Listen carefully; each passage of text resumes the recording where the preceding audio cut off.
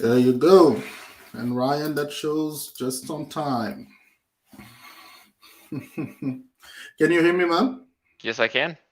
You look very festive. I'm the one who cannot hear you. Hold on. Let me see. I like the on-air Yeah? light you have in the background. I cannot hear you, man, at all. Did you connect your cam and mic? Um, Is this better?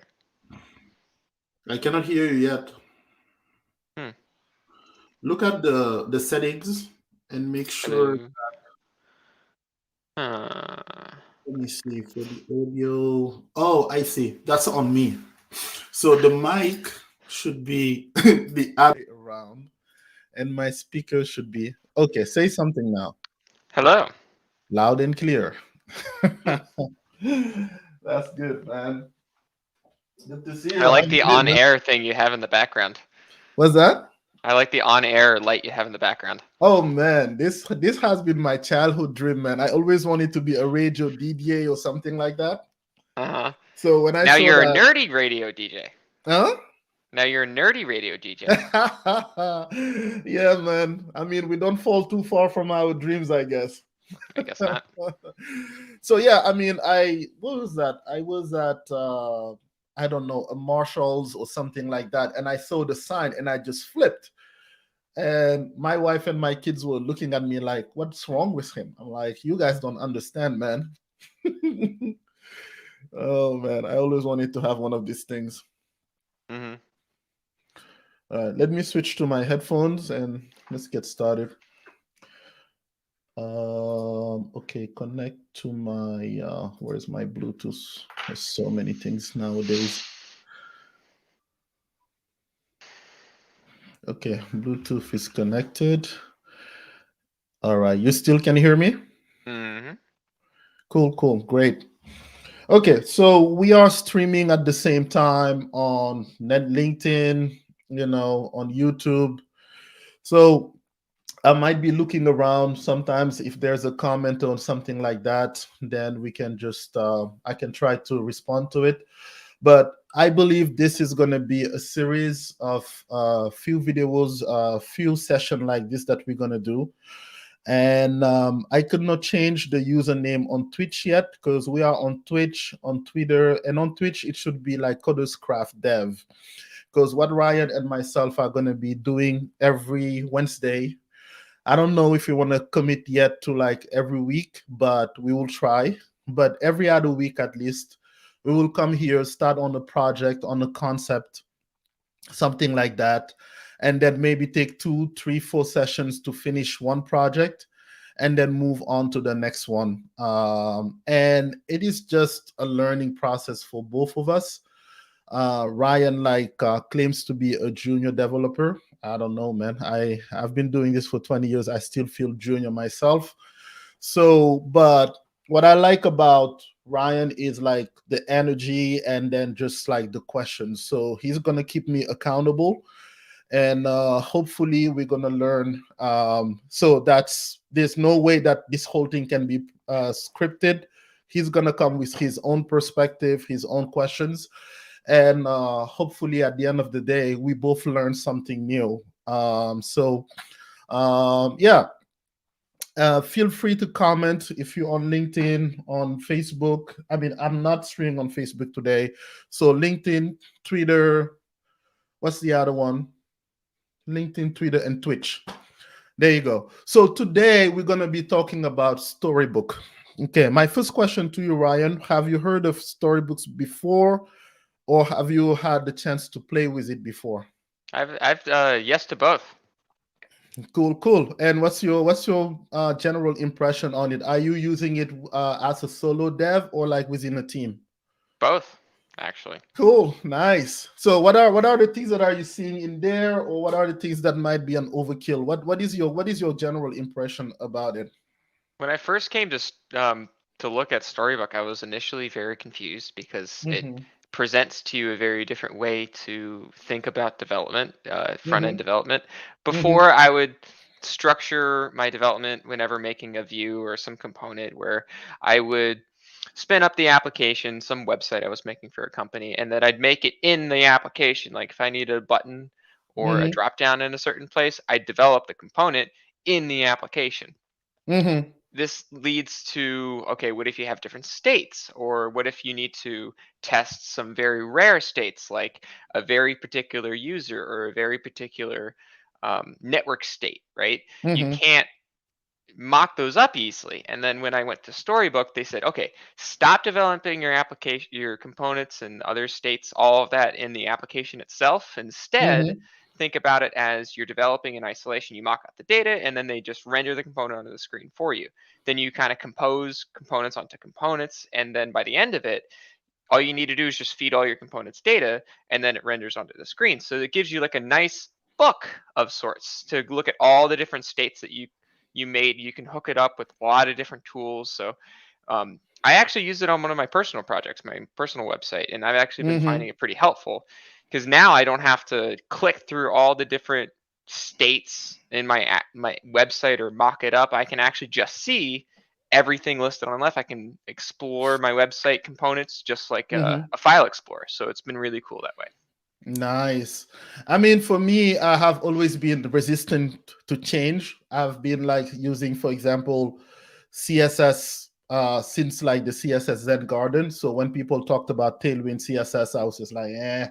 Hmm. Even like I'm not a big fan of Bootstrap. I like the fact that I can just start my CSS from scratch, have something. But as a solo developer, it might work and it might be annoying. But when I work in teams, and most of the time I do consulting with like very big teams, it can be a pain. And component based or component driven architecture, like you, I was always starting the component inside the actual app. So it will be a React app. I will start the React component inside of the user story, and same thing with Angular.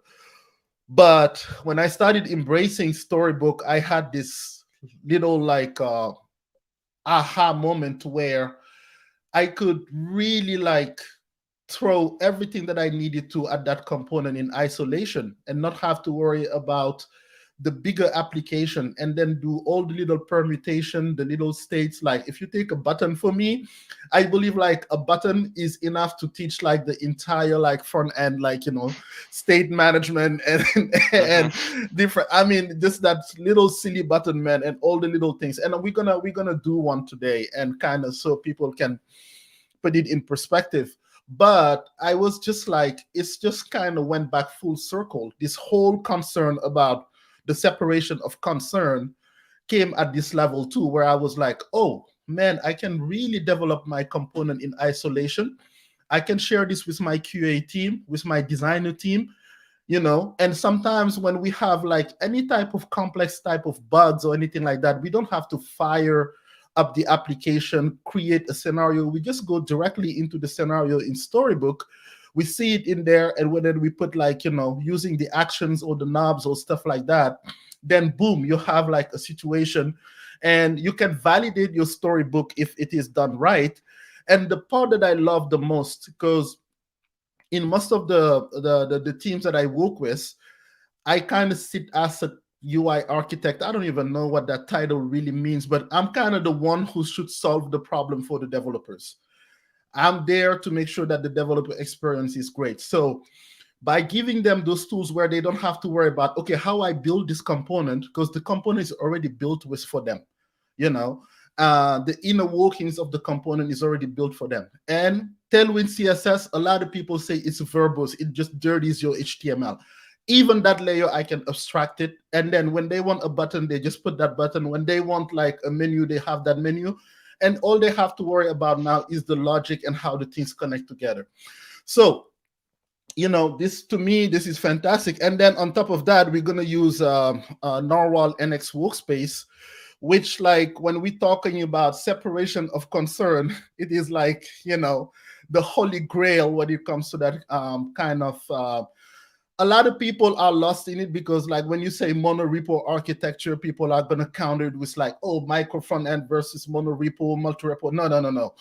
Narwhal, like, I think what they have done with like NX workspace goes beyond that, and the moment you start getting hooked into it, you cannot explain it. You just have to start playing with it, and you'll see that even like a calculator, you will want to like architect it with like the normal workspace for all the things that it gives you like out of the box. But I am a big advocate of showing, rather than just telling. So let me share my screen and tell you what we're gonna go through and put things into perspective. So,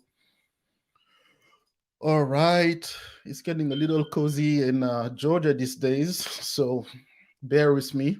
Mm-hmm. Okay, let me know when you can see my screen. Yeah, I can see it. Okay, so what I have done is I have created a storybook here, and you see that I put the branding around it already, and then the coloring and everything like that.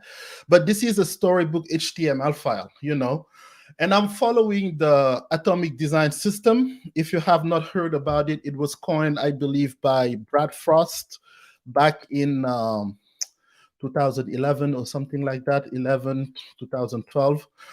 And basically, what I like about it, and it goes so well with like the whole thing about composing a UI, So basically, the atomic design system like has this system of atoms, molecules, organism, templates, and pages, basically.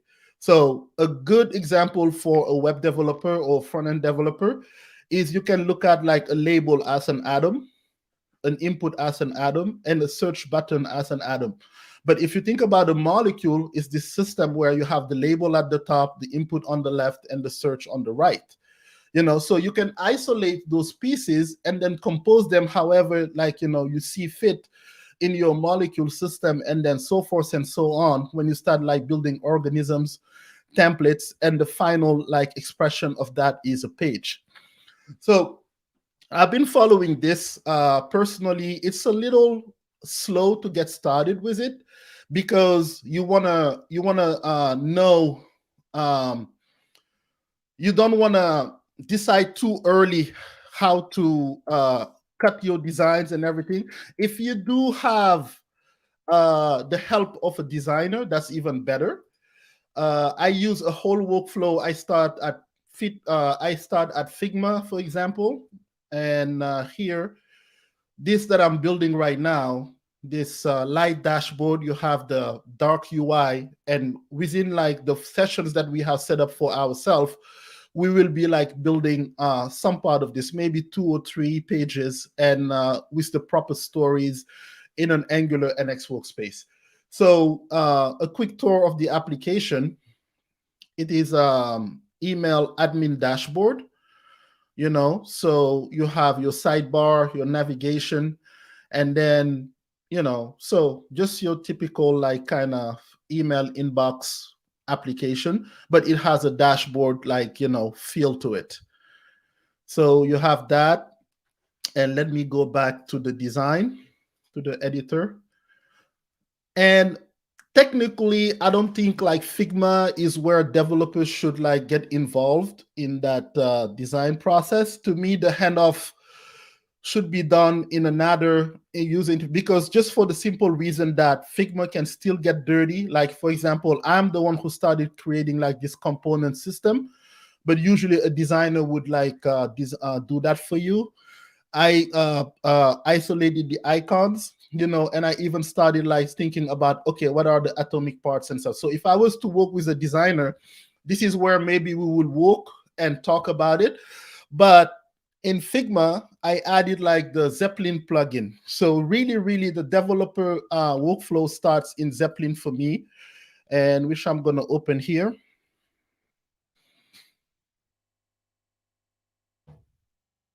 So in Zeppelin, I have the same design here. You see, that's the dashboard. And let's say that's the approved design from my designer team. These are the approved one, So these are the page that we need to put together. And I have a style guide here that gives me the different like colors, the brand color of like this application. And I have a Tailwind CSS plugin that I added to Zeppelin that gives me the colors here and stuff like that, And the components, if you remember in Figma, I already cut some components. Those components will show up here, you know. So I can build with this. And now my initial reaction would be, okay, take this. Okay, what is this? It has an image card or whatever, that's what it's called. Take this, create an image card component in Angular and start like developing, you know. So and interrupt me anytime, Ryan, because sometimes I'm not seeing you, since I'm looking at a few screens at the same time. So feel free to jump in anytime if something doesn't make sense or if I'm No, going too this is good. fast. All right. So now what I have done so far is I created this storybook. Most of the storybooks that you're going to see, people are not even given take the time to kind of brand it. So I branded this one and I started like going with the system of like having like, you know, the button as an atom, and then here the different state that we were talking about, you know. And I really like this control system because from here I can see the different state. Okay, that's the secondary. What if I do a tertiary? So in this one, I did not do any style for this yet, you know, and so forth and so on. And what I like about storybooks, there's the doc side of it, where when I do the show code, it will just show me the button that the code that I use to create this. But this can be a little more descriptive, you know. And in the Angular side of it, I will make it a little more descriptive.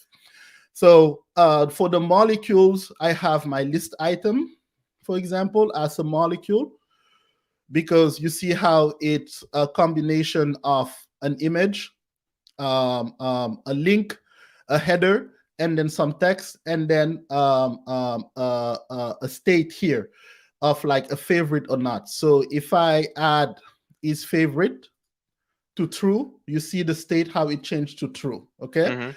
So if I have an email header, I have a combination of a header here and a tab menu. So this is the molecule system. And an organism here, I have like this page, which is basically the header for like the email inbox panel, and then the different messages. So now, when we look at the code behind this, like I said, I did this with Storybook HTML and I did it with vanilla JavaScript first, because sometimes I just need to do that to understand, because sometimes you can get lost in the framework because you are battling like the understanding of the framework and at the same time the implementation of that new thing that you're trying to use. So most of the time, I will create this thing in just vanilla CSS and JavaScript that I understand better. And then I do the transition, the mental model transitioning into Angular or something else. So here, you will see that we just have a regular button TS, and it's almost like a React component. Because here I have an interface, the button props, and the button will get a level. And these are the three levels that are attached, like a primary, secondary. I could have called it color. I just like level because to me, the button way on the page is a level. We want this to be a primary button. We want it to be like, you know, very obvious. So I call it level. But, you know, if I needed to change it, I can change it from here. A size, you know, a type, if it's going to be disabled or not, if it's going to have a small icon, a large icon, icon only. So this is just me drafting what a button model could look like, and then how we capture the event. Okay. So that's just like your typical props interface. And here I created like how you will, let's just call it the button factory, because that's how you will create a button, you know. So, and you'll have default stuff in there if you don't pass a label and stuff like that. And then here I'm doing a little kind of interesting stuff. So I'm adding the classes, you know, attaching the button level, the button size, and then stuff like that. And then I'm doing a few logical stuff. If it is disabled, add the class. If it is with small icon, add the class, and so forth and so on. And here in button CSS, which gets us to the Tailwind part that we're going to be covering, I go with like your typical classes that you will find like in Bootstrap, for example. Like, you know, the button itself, what a button primary is, what a button transparent, and all these like variables are like in a root CSS file, and that root CSS, all these variables were taken directly from my Zeppelin style guide. When I go to the color palette, that's the ones that are here, right here, basically. Okay.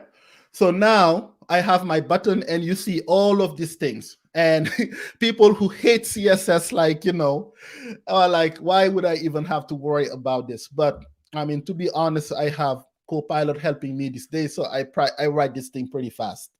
Now, finally, a button story, where you importing Storybook's HTML, and then I have a create button and the button props that I get from my button TS file. And here I basically have the archetypes. That's where we have the different controls. So for example, yeah, the label, okay, the level, we have it as like a select. So this is very important. I really like the fact that when I come to the level here, instead of having text, I can change it with a select button, for example. So this is very cool, and we'll see like how it applies in inside of Angular.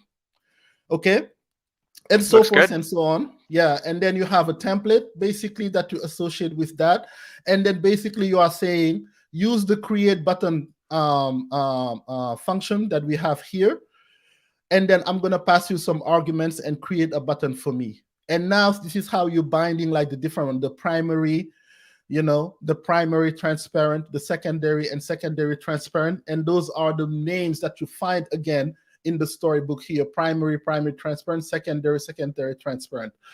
And then last thing before we get into the Angular side of things and NX, in here in the title, this is where I say that I want it to be an Adams and it's going to be a button.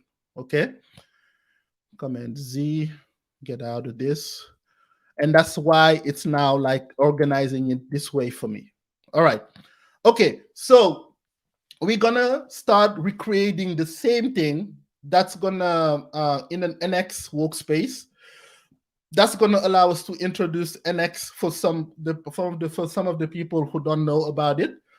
We're going to use Angular as our front end framework for this, and we're going to go a little step by step with like the time that we have today. So we have maybe another 30-40 minutes.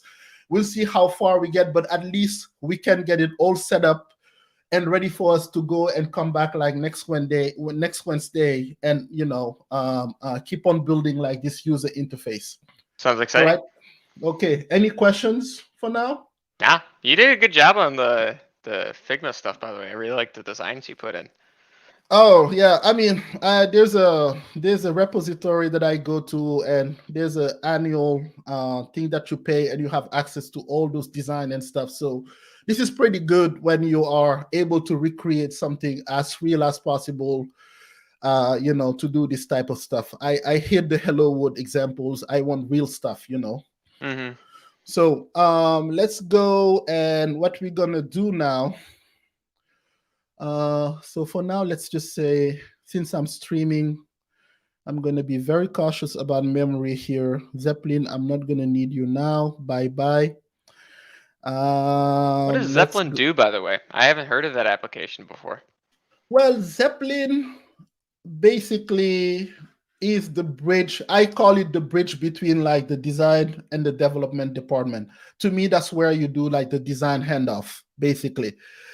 And you validate your design. So if you go in here, zeppelin.io, and they have a desktop version. So deliver on the promise of design. You have like the spacing, you have CSS, you can have SCSS like outputted, but you basically are able to recreate almost at the pixel perfect level a design, because you have this visual way of like, you see how as you are clicking on something, it tells you how tall is it, how big it is, what kind of font, and it even proposes to you a set of like CSS and HTML files, HTML like markup for you to copy and just like put in your and adapt into your design.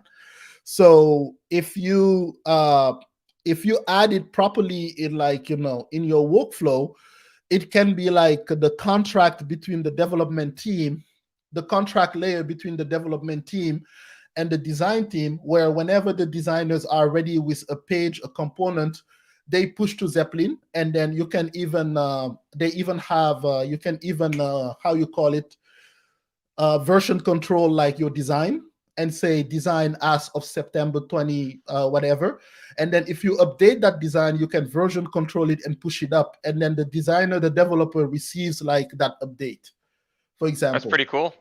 Oh yeah, it's awesome. So I think like just thinking about all these little pieces and making a workflow around. And in my Angular example, I have a direct connection between Zeppelin and Storybook. So the code that I create and everything like that, it is reflected there. But that we will talk about at the end of the session. So there's so much to share. Let's try to Yeah, kind of let's get like into it. just, yeah, let's get into it. Okay, so that was Zeppelin. Now the very first thing that we're going to do is we're going to create a new NX workspace. So NX, for those who have not heard of Narwhal, they have revamped their website, so I'm sure they're happy that we are showing like the new version right now. But the NX site, so Narwhal, like, is building this. It's just, an Angular workspace on steroid, but they're doing the same thing for React, for Vue and for other systems in there. Read about it, follow these guys and girls. They are just awesome. I mean, I think that I'm looking for an excuse every single time to start a project with NX. you know so let's create and show as we are telling. So let me go to my terminal here, and let me see what node version I have, because there is something. Okay, I'm at 16.13.0. That's LTS, I think. That's LTS, but I don't think the latest Angular supports this one yet. Okay, so I'm in DSH. I'll change this when we get to the bash terminal in like VS Code. Okay, but for now, I can at least use npx create, and I think it's NX workspace at latest. Okay. I really love npx, man. You don't even have to. If it's there, it runs. If it's not there, it tells you like I need to install this.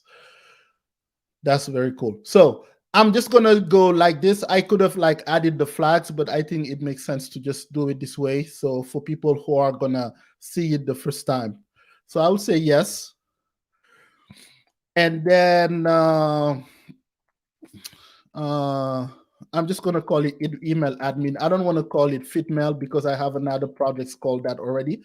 So I'm gonna call it email admin. Okay. Um, and now in NX, it doesn't commit you to a particular like language or framework. You can choose to have empty, and then we can talk about why would you choose empty in some other. So for example, if you wanted to have a React app and an Angular app living together, which is very possible in this workspace. Anything. And anyways, read about it. But I just wanted to show you the extensibility of NX. There's all of these things that are like, the schematics that is provided by the Narwhal team.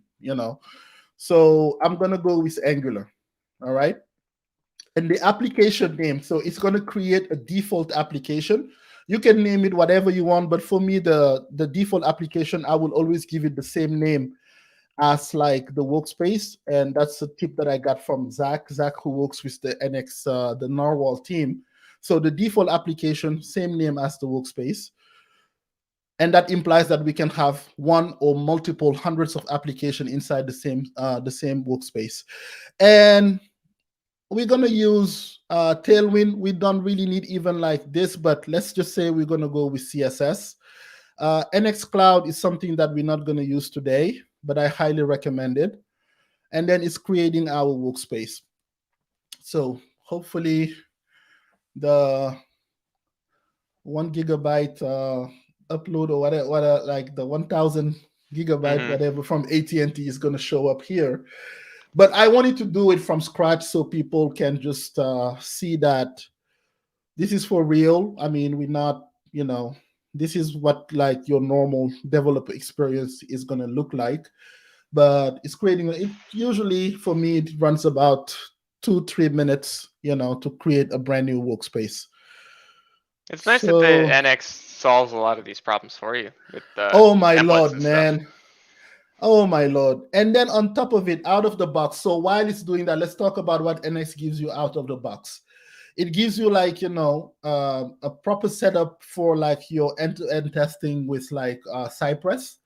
It gives you out of the box a proper setup with like Jest for your unit testing. It gives you what we call like, an environment like dependency graph, so you see how the different applications and libraries that you have are interconnected, you know Hmm. and so I mean there's so many things that if you were to set it up by yourself, it will take you like cycles to get it right, and then you get it out of the box. So now we have our NX workspace created, and what I'm gonna do, let me cd into it, and let me open it into our Visual Studio here by using the code shortcut.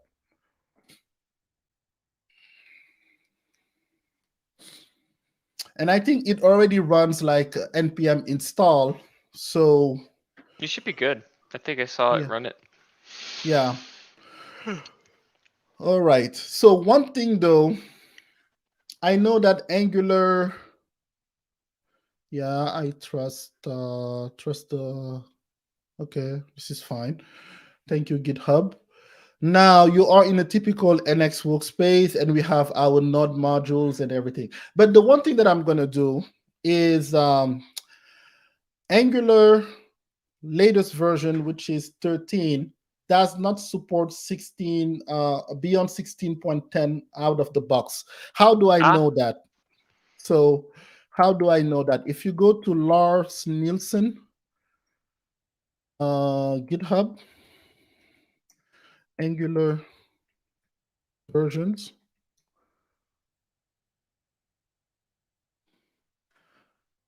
um, Angular node versions. I mean, it's not even in the official Angular documentation, but yeah, I mean, he did a very cool book these days about Ivy, like a very very talented like folk to follow, and I'll find it, but I'll find it, and for the sake of time, I'll post the link. There is he put a table of like each version of Angular, what version of Node it's supporting. Okay, so I know for a fact that the latest is not supported yet, at least as of last week. So what I'm gonna do, let me open up my terminal here,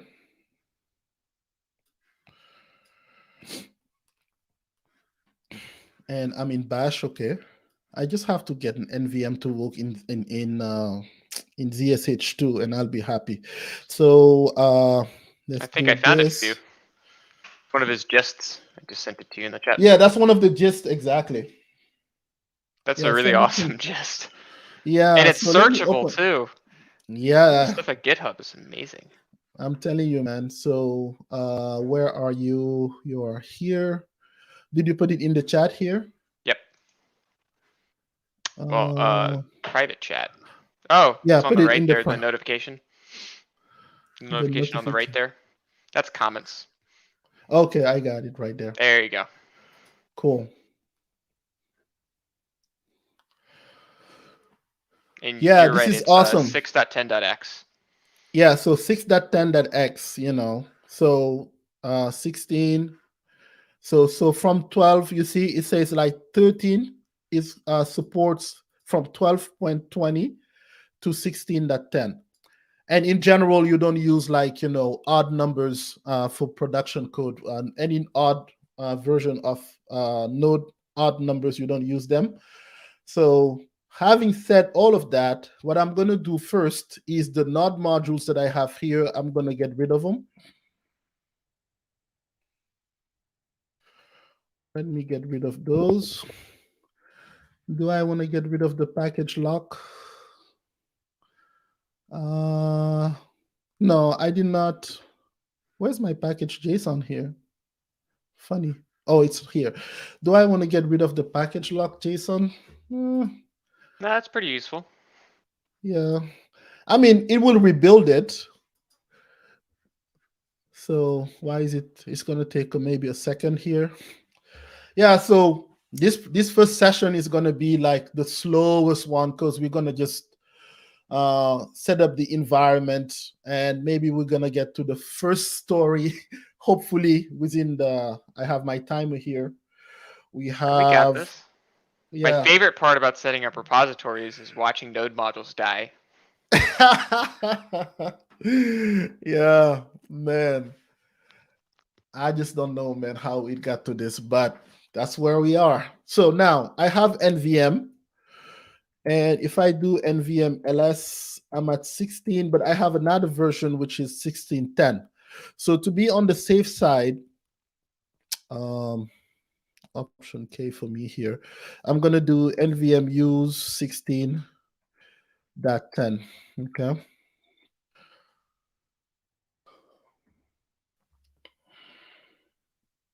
And I still have package lock. So I'm gonna be very careful when you deleting the package lock, and don't delete the package JSON.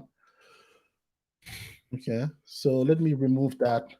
And then now I'm using NPM. So yarn people, don't yell at me. I love NPM. So NPM I. And what does it say?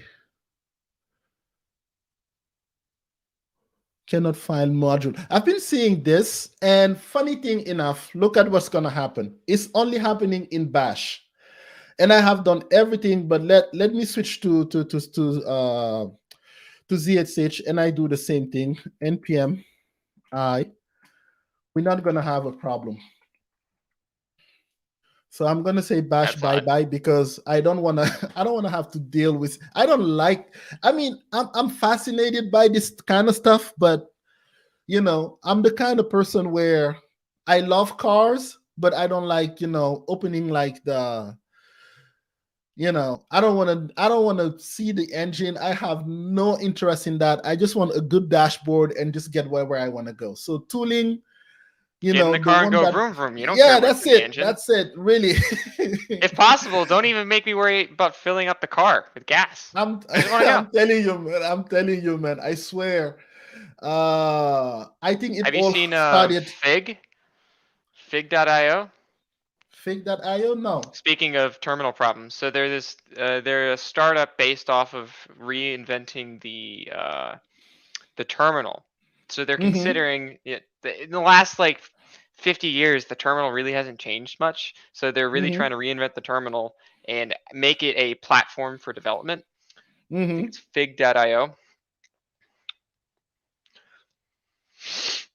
Yeah, so Ooh. they're starting off with implementing just killer autocomplete. That's like their number one thing that they want to get really right and make sure that it's complete. And it even comes with like custom integrations with Yarn and npm and Kubernetes, and like you get all your autocompletes. And if you have your own autocomplete things, or your own plugin, not even just autocomplete, you can just build on top of their framework instead of having to go into bash scripts yourself.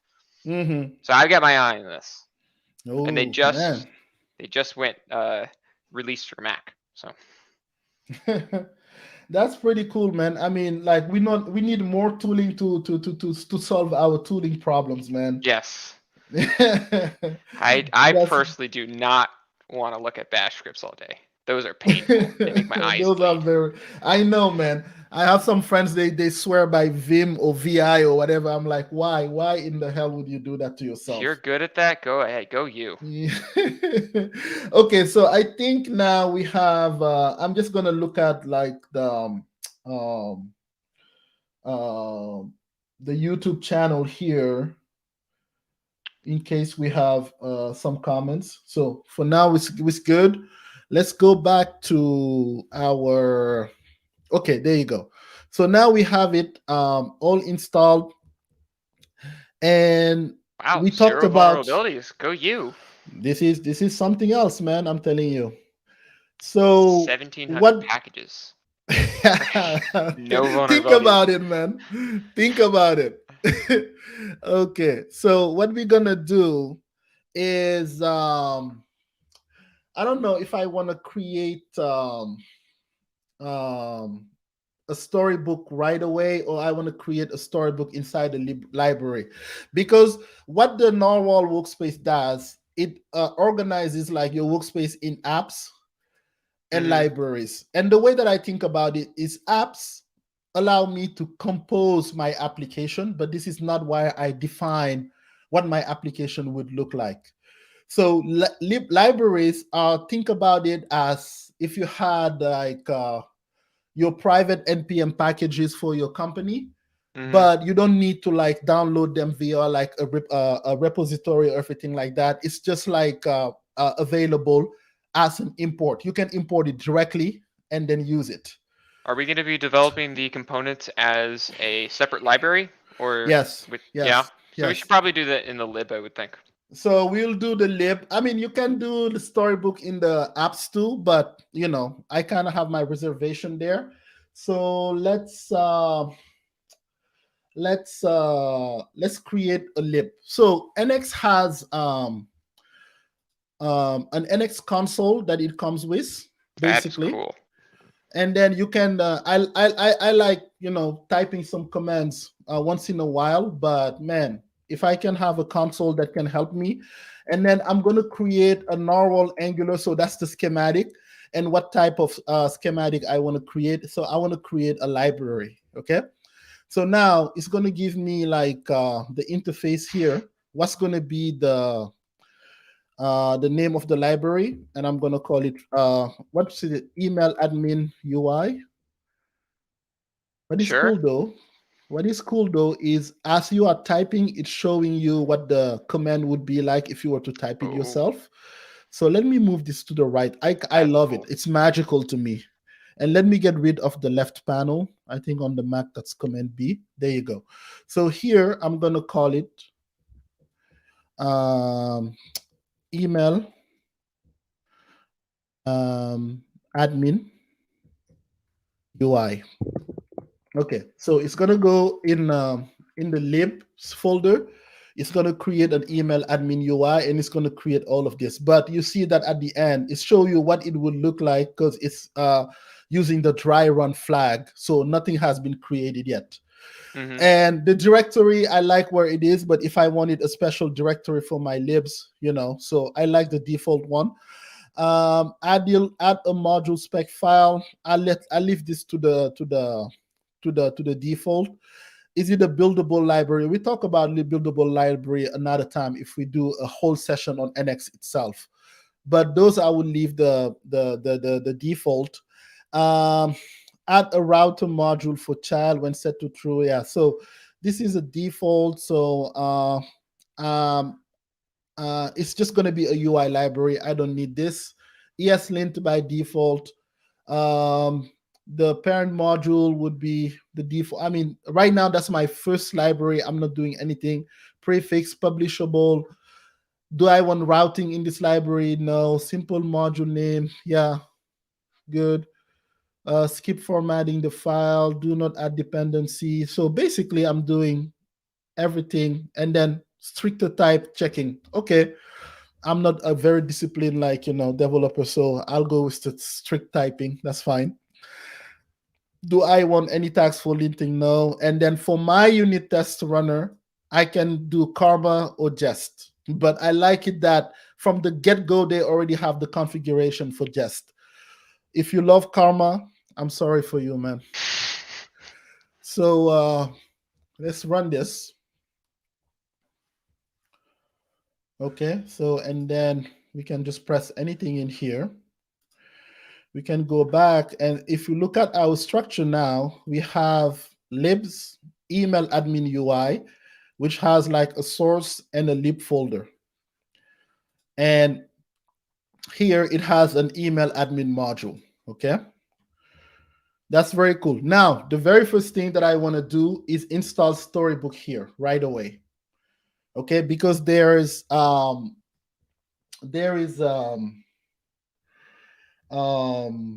there's a couple advantage of like starting with storybooks even before you do Tailwind or anything else, and you'll see why.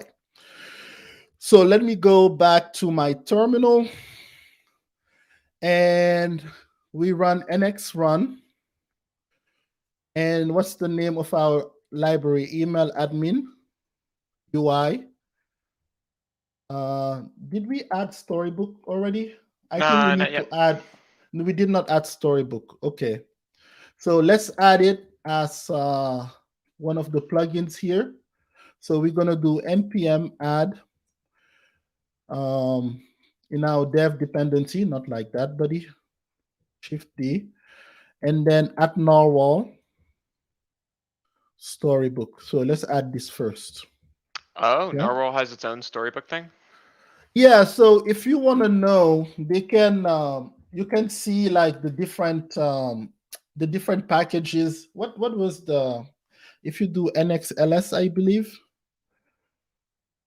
or nx something. There's a command where it lists like or nx list. It lists like you see, Oh. it will tell you here. Um, so the install plugin. So this is what you get from the get go, Mm-hmm. and that's why we have like the Just Cypress like already there. Mm-hmm. So I think it was already there actually. Norwal Storybooks. Oh, install plugin. So that's the one that I just installed. Yeah. And then also available. These are the ones that are done by Norwal. You know, so you have Mm-hmm. Angular, Express, Nest, Next, and then the community plugins. So this is things that like they have added to the thing, but it was developed by the community. I am impressed. Yeah. So I think NX list will get you there. So option K. So next step now, let's let me see. I can do it with generate if we want, but this is such a small NX run, I think. And then the name of like the project. And the name of the projects, if you go just to talk about like the NX workspace, you'll have an Angular JSON because you said that you wanted Angular workspace. And if you go in your Angular JSON, you'll have the different projects. So you have email admin, and by default, an app is going to have an email admin end to end. So if Mm-hmm. you're running your tests and everything, if you create an app, it will by default create an end to end project, like mirror it and then have the end to end. So that's for another day. And then the email admin UI will come as a project, but they see that the project type is a library, and everything that you had, the options, the narrow thing, and then you have like the NX JSON that has some very cool stuff in there. We're not going to go into that too much today, but just to know like where I'm getting like the names of this thing, I'm going to go NX email admin um, UI, and then column storybook. Okay. All right. Cannot find storybook for project email admin UI. So what do we do first? There's one thing in between that I need. Oh, we need to add the storybook configuration. Okay. Okay. That's why I should go by the by the helper, but I am so stubborn. So nxg at normal angular, okay, and then storybook, and this is the most important part because when you get the configuration, you get like baked in that configuration, like support for like Tailwind CSS out of the box. So feedmail, I'm not in feedmail, I'm in email admin and UI. Okay. So we need to set up the configuration for Storybook first. Configure a Cypress. Look at that. I love this question. Do you want me to configure a Cypress E2E app to run against a Storybook instance? Hell yeah. Do you want me to automatically generate story.ts file for component declare new Wow. project? So yes, please. And then, sir, do you even want me to get you some spec file generated inside? Oh man, why not? Is there a why not option? That's awesome. So, So now it's going to automatically create stories and spec files every time you generate a component? exactly. Wow. I mean, there's a command that you will do. So if you already have some components, you can run it, and it will go to every single component and attach a story to it. I mean, come on, man. It's making me look Wow. good because we still have about 15 to 20 minutes, and we're almost there. We're going to make it to our Hello World storybook. We're going to do it. We're going to make it. We can All do it. right. Oh, Oh, now we we have have some good. vulnerabilities. Oh, All no. right. We'll just have a pass on it. We'll just pretend we did not see that for now. Okay. It's okay. So, next step, what I was doing earlier. So, before we do that, let's go to our libs, email admin UI, and now we have a dat storybook. In the dat storybook, we have the main GS, which is like Storybook configuration itself. yeah, but look at it. Look at what it did. It's looking for a require root main, because don't forget, this workspace is gonna host multiple apps and multiple libs. So what did it do? Should be up the top, I think.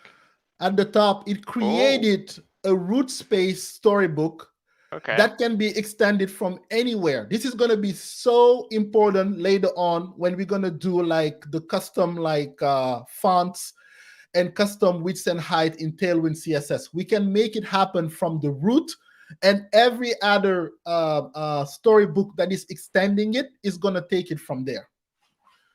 This is awesome. So you saw that I went and I created it from the lib, but since it recognizes that I'm in the workspace and then I'm in the lib, it went and created the same setting at the root level. Come on, buddy. I mean, unfortunately, Narwhal doesn't take money, but take my money, man. So anyways, I like that a lot. I'll just send them some like some pig blankets for the actual blankets, because Jeff Cross, who's one of the co-founder, loves his pigs. So I'm gonna find some good cozy blankets for those pigs and send it to him, man. I have to show appreciation, man, somehow, some way. So now let's go back to our libs, and then we have our storybook here with main and GS, and then let's run it now. Okay, let's run our storybook. So let's do what I was trying to do earlier, email admin, and then run it.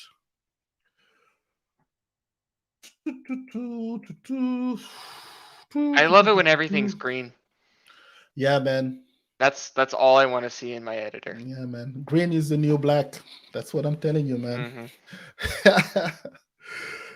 So we're doing good. We're doing good on time. Okay. And for people, like, this is what I have. So by default, it's gonna be on host on port 4400. If you have multiple ones, it's smart enough to go to another available port. It's not gonna tell you this port is not available like some other framework do. But anyways, so let's do command click.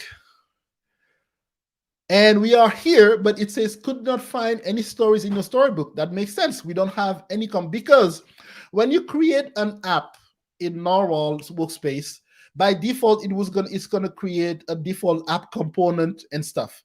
In the lib, it doesn't do that.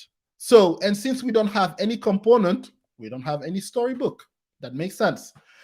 Okay, now let's show our very first story. At least we have that thing achieved, and let's start build our button story. Okay. Yes. We're gonna So get the hello world. We're gonna get it done. yes, and to make Zach happy, Zach the Rose, Zach Diamond happy, I'm gonna use the NX console, and I'm gonna generate a component. Okay, Angular component. And I'm gonna give it the name. I'm gonna call it StoryBook. Oh, Come on, you're going too fast for me, man. So I'm gonna call it Hello Storybook. That's the last hello word you're gonna see in this app. Okay. So the project, I want to target the right project though. I want it to be created inside my lib. Okay. So I'm gonna go into email admin UI. And you see how it's adjusting. It's going to go into libs, email, admin UI, SRC, whatever. Now, the declaring module and all that kind of stuff, default. If you're going to use display block, if you're going to use a host, yeah, I want it to be exported because I want it to be usable somewhere else. It's going to create a hello storybook. Do I want it flat? Yeah, it's fine. I'm going to use inline styles, and I'm going to use an inline template. I don't want it to create a CSS file or an external HTML template. Okay, I'm just going to use one file. It's going to have everything added. Okay, so pass, I don't need it right now. The prefix, I'm going to leave it as is. The selector, I'm going to use an element selector. For the button though, I'm going to use attribute selector when we get to it. Skip selector, skip test type, and that's a component type. And view encapsulation, I'm not going to worry about that right now. So let's go ahead.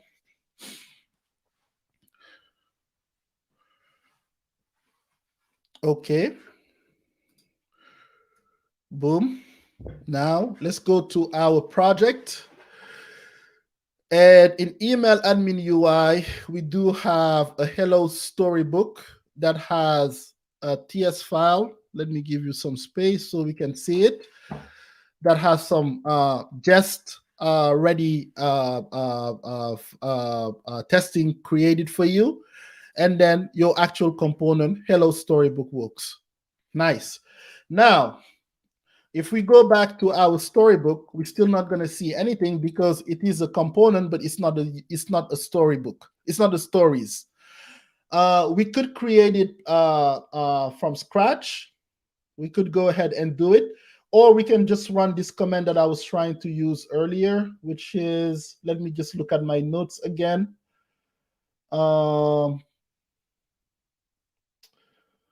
There is this one. Yep. Fitmail UI. Okay. And this time, yeah, there you go. I found it. Let's go back here. And in our terminal again, we could do it with the generator, the dev console, but we will just do it from here this time. And let me open a new ZSH tab here, and I'm gonna do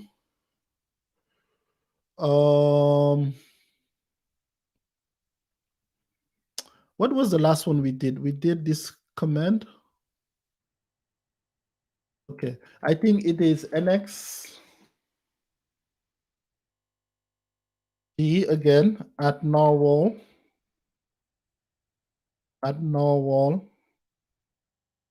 angulars, and this time you just do stories, no configuration. So stories, and then go to email admin UI.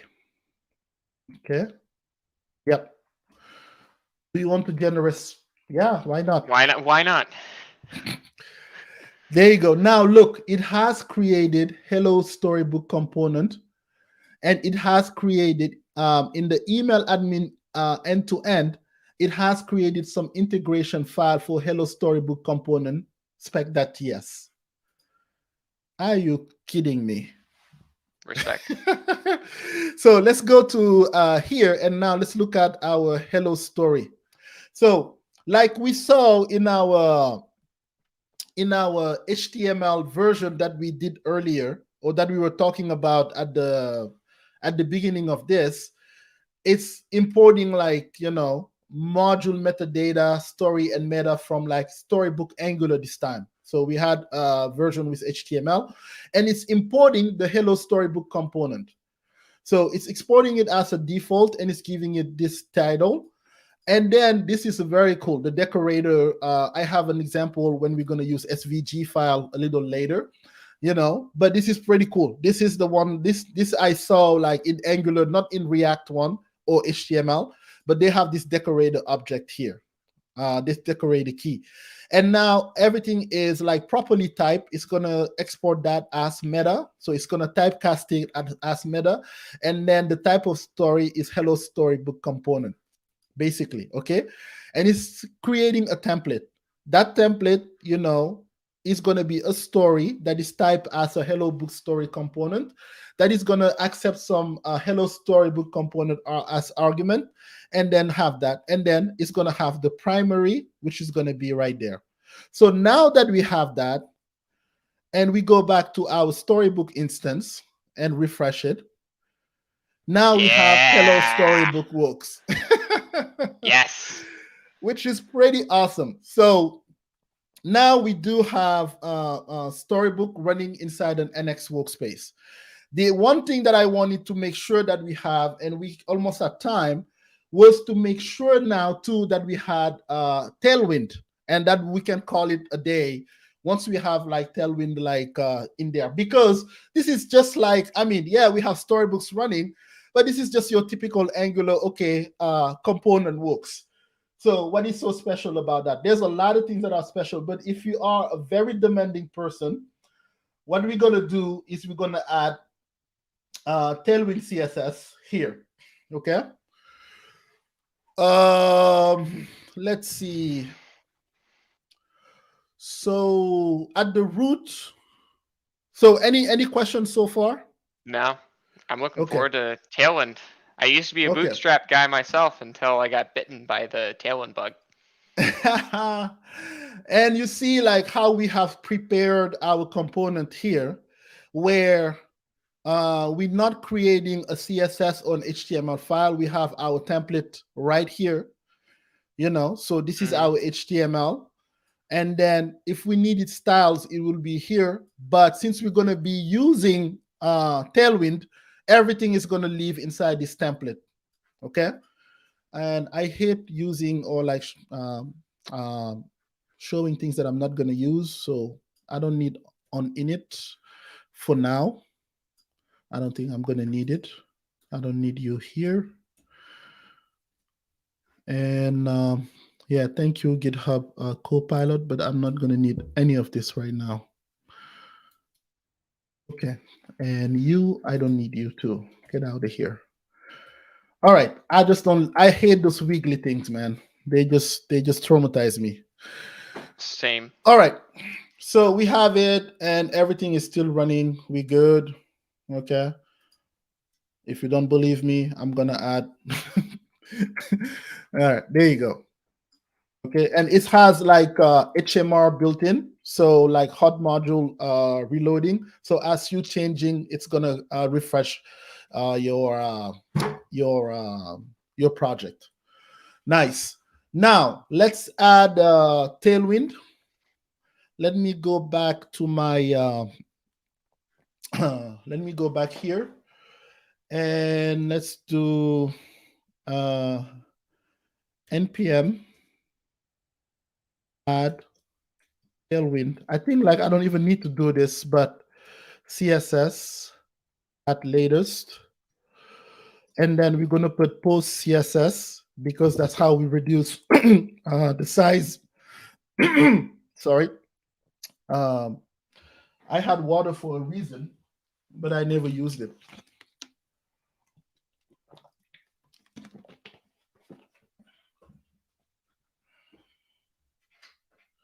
Okay, post CSS at latest. And I don't even know if we need all of this. I think it's already bundled in. Auto prefixer at latest. Now you need it. It's Okay. post CSS preset env that comes bundled with auto prefixer. Not found. Ah, Tail. Tailwind CSS. You put three S's on Oh, CSS. I put thread three S's. Okay. So You're just too excited, man. I'm telling you, man, I just want to get to our. There you go. And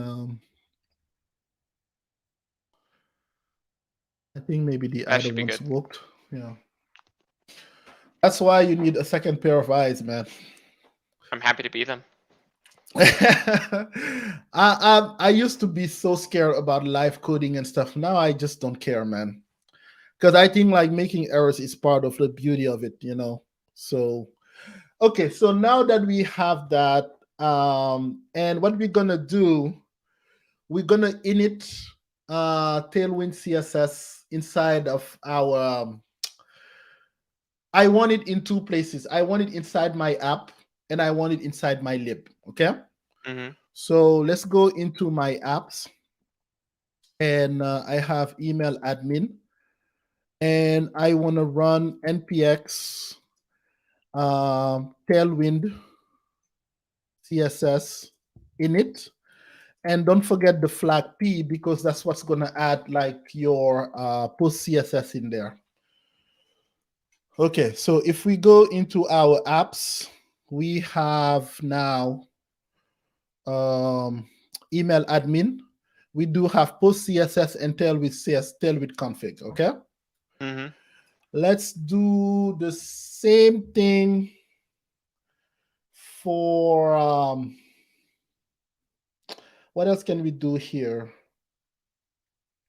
Okay, by default, if you go to your post CSS and your Tailwind config, they are not connected. Okay, they are here. They just gave you the setup, but there's not a connection between the two.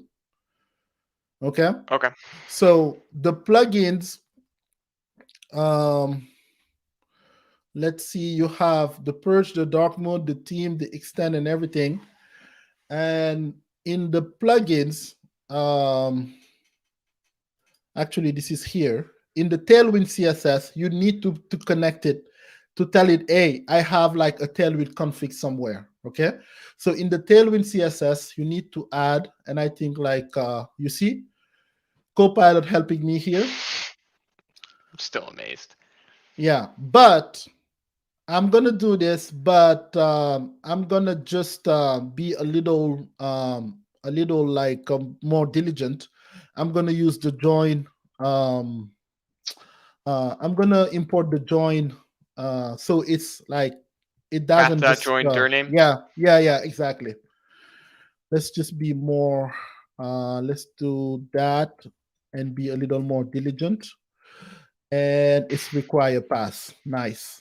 And here now I want to use join. Okay. And I think it's just going to figure it out. Nice. Now we have connected our post CSS and our Tailwind config here. Okay. Mm-hmm. Pretty important. And we get back to this one in a little bit. So this was in apps email admin. Now I want to do the same thing in my in my um, in my libs. So here I'm gonna just do cd. Well, I could have libs. Okay. And in libs, I'm gonna go into email. Libs, it's src maybe. Where am I right now? Hold on. pwd. Okay, that's where I'm at. That's why. So cd up again. Uh, Option K for me. WD. Okay, so cd into libs, and then into libs email admin UI. Email admin UI. Do I need to go into? Yeah, that's all I need. because the other one was just in app email. I don't need to. Okay, I think this is where I need to be, and I'm gonna do the same thing. And npx oh tailwind css init dash p. Sounds good. Okay, so now if I go into my libs, I do have this in src, and you see it has put, like, the post css and then the tailwind css config. Hmm. You will tell me that, okay, let's do the same thing, let's connect them. So what I'm gonna do, I'm lazy, I'm gonna go to my app, uh, tailwind config or post css config, command all, command copy, and I'm just gonna, there's another way to do all of this, but let's go step by step so we don't get lost in translation. Now this one, the just config of this one, let's look at it. It's in a lib. Let's see if it's gonna try to go get something. There's not really a direct connection yet. Oh no, this is just, what am I talking about? The post css and the tailwind, there's not really a connection between the different ones that are here.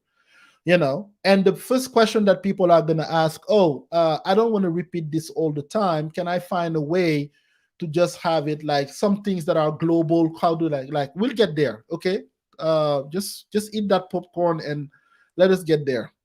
So here, once again, this was the post css that I copied, and in the post css here, I believe it's at the right spot. Should it Yep, be just inside the paste that in lib? there.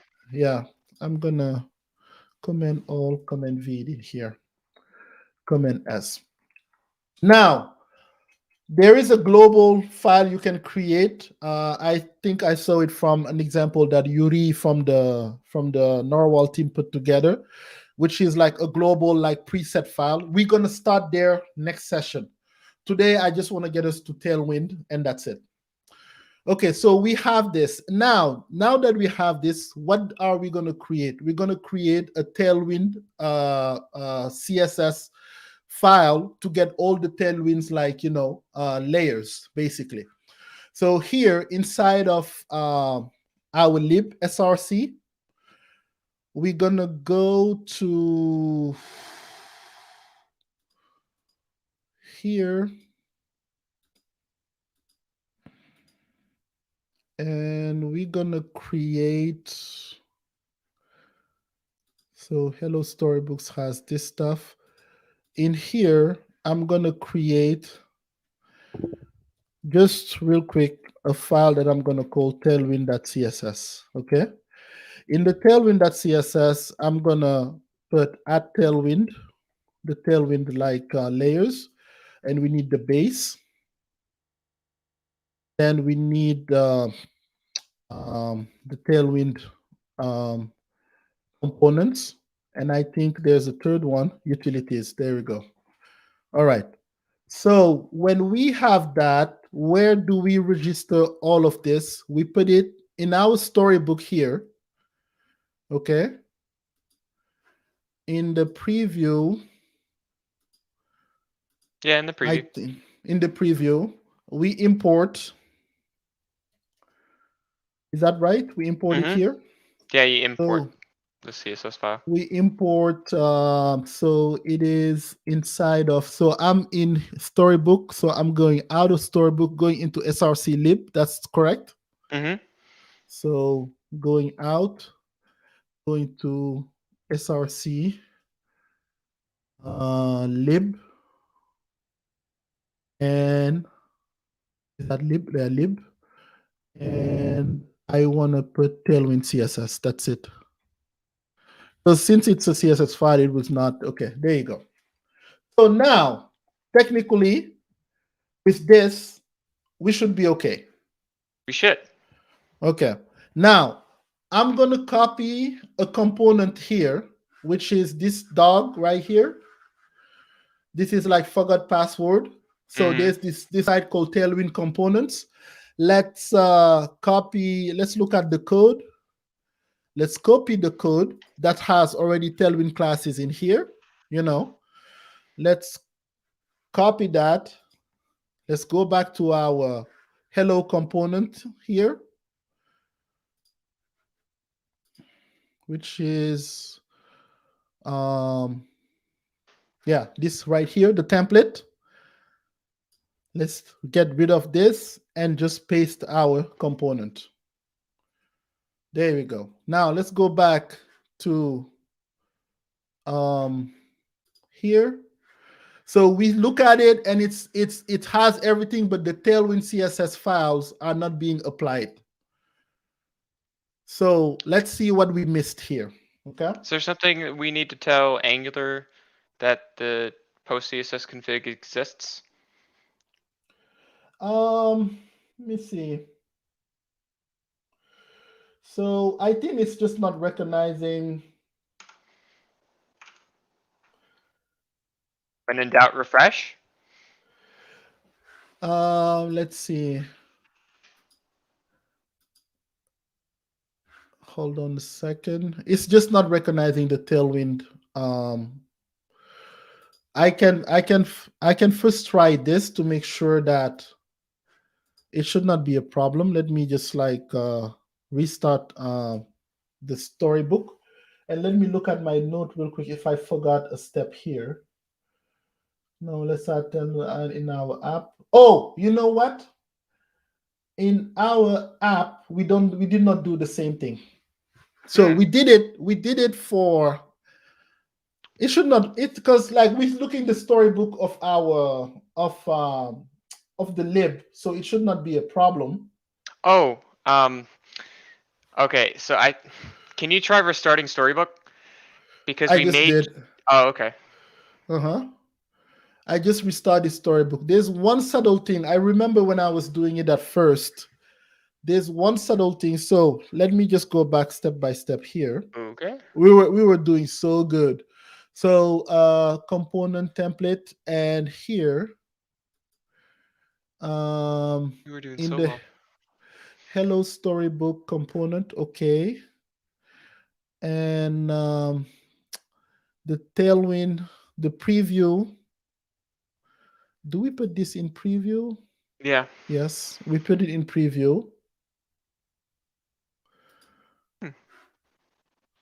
Okay, let me check one thing real quick. I have a plan, I have a backup. So okay, so let me see. We are in lib, and inside of our storybook, we have our preview. Okay, I'm not sure if this is what is missing, because on my other project, the only thing that we have different is we are importing the root preview. So let me see if that's going to do anything different for us. Root Is there even a root preview? preview. Yeah, so that's the one we created in the main require uh, the storybook, the one that we had in the at the root of the folder when we created like the first storybook in the lib. Mm-hmm. You remember? So that's fine. Let's go back again. Relative imports are fine, and then storybook, and then preview. It's just called preview, not root preview.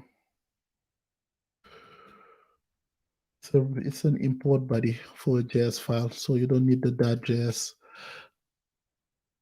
I think we're almost there. I think at the global level, I needed to add something that I forgot.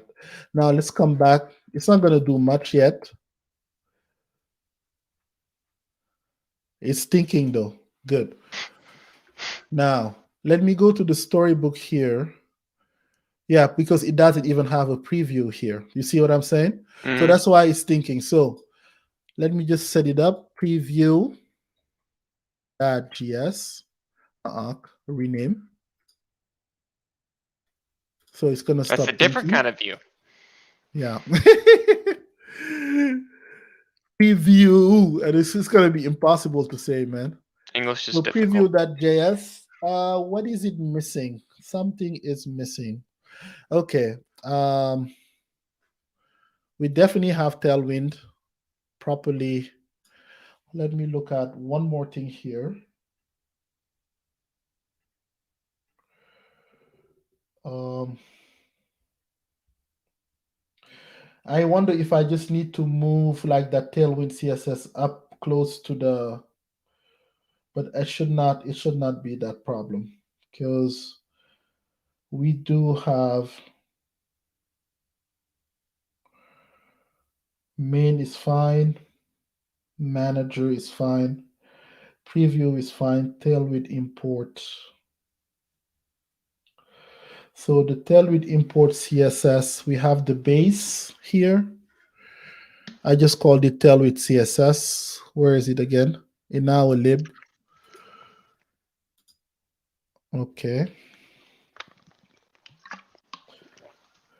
That's what I'm thinking that I just need maybe to move it up here to these guys. And besides that, in my, now it's just importing this directly. And S.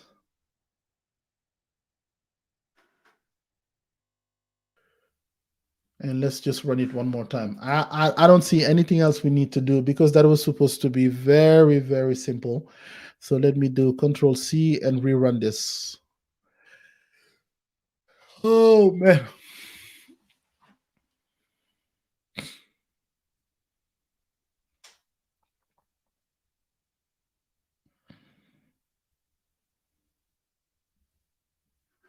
Come on. It should be good. Yeah, I'm looking at my other projects and I'm not Yeah, me seeing too. any. You set up the post CSS config. You set up the Tailwind CSS config. Yeah, but you see the Hmm. files, the rendering is still not there. Let me see. So we are overboard by 15 minutes. Let's see if we can figure out in the next 5. If not, we will just have to pick it back up next Wednesday. What did I forget? What did you forget? So we go back to my notes.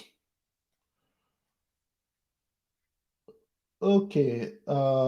In Angular, we have the Tailwind base, Tailwind components.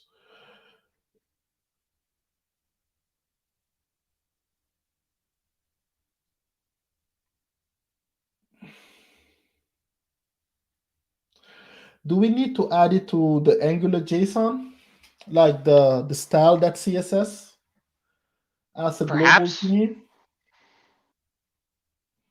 I don't like that, but I'm gonna try this trick. So let me go to my I'm gonna do this, but I think that's a hack. So here in the in the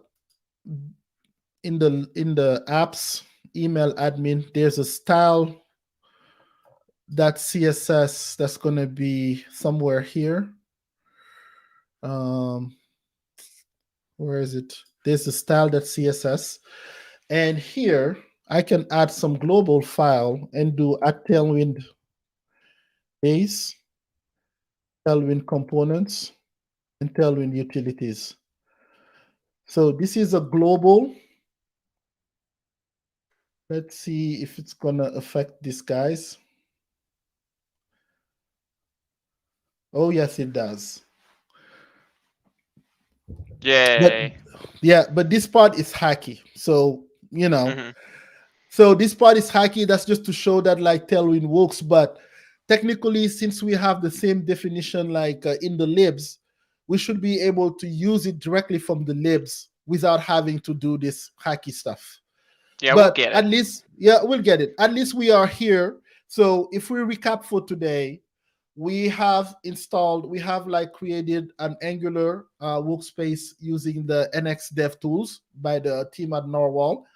We have installed like we have storybooks running for us in our libs, you know, and we Cypress have auto-generated too. Cypress auto generated, just like hooked up and everything.